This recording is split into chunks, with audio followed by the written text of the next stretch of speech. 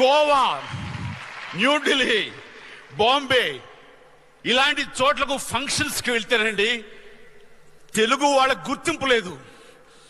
నమ్మకాలు చనిపోయిన ఆ చోట ఒక పిచ్చోడు కట్టుకథలు చెప్తూ బతుకు మీద ఆశ పుట్టించాడు. రోజు ఒకే కథ చెప్తున్నావు, ఇవాళ వేరే కథ చెప్పు. కథ చెప్పు. ఆ కాలపు కథ చెబుతా, ఆ వీరుడి కథ చెబుతా. వీరుడి కథ. తూర్పు దిక్కున కొండ దిగువలు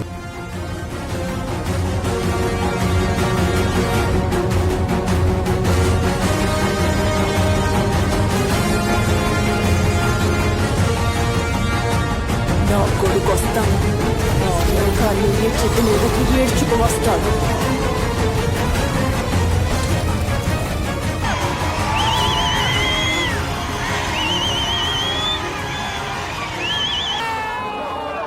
కాలిపిలి మళ్ళీ దీనికి 2 సంవత్సరాలు టైం తీసుకురు.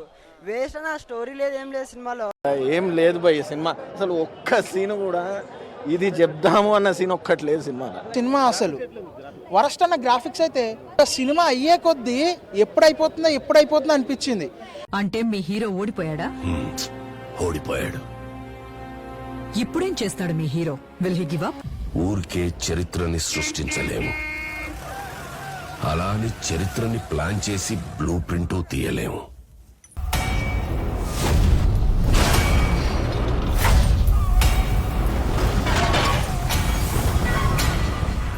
దానికి కావాల్సిందల్లా చిన్న నిప్పురవ. ఆ రోజు కార్చి చంటుకుంది. చెప్పుకోకండి. ఏమన్నావు? మళ్ళీ చెప్పు. Powerful people come from powerful places. Andrews ఎప్పుడైతే బాంబేని లాలీపాప్ ఇచ్చినట్టు ఇస్తానన్నాడో, రాకీకి ఆ సముద్రం కూడా ఒక బావిలా కనిపించింది. సముద్రం వేరే చోటు ఉందని వెతుక్కుంటూ వెళ్ళాడు. బెంగళూరులో గరుడను చూశాక రాకీ కన్ఫర్మ్ చేసుకున్నాడు, here is a man who comes from that powerful place. అందుకే అవకాశం దొరికినా అతన్ని చంపలేదు, వదిలేశాడు.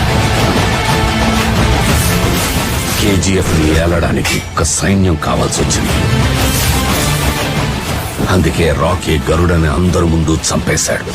చూసేవాళ్ళ గుండెల్లో ధైర్యాన్ని నింపి వాళ్ళని సైన్యంలా చేసుకున్నాడు.